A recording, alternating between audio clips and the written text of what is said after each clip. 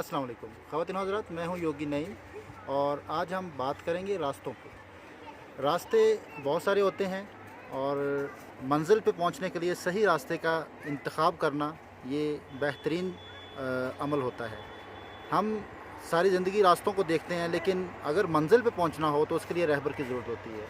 हमने किसी भी जगह पहुंचना हो, किसी भी जगह जाना हो तो उसके लिए गाइड की ज़रूरत होती है, जो पहले जा चुके हों, जो पहले पहुंच चुके हों।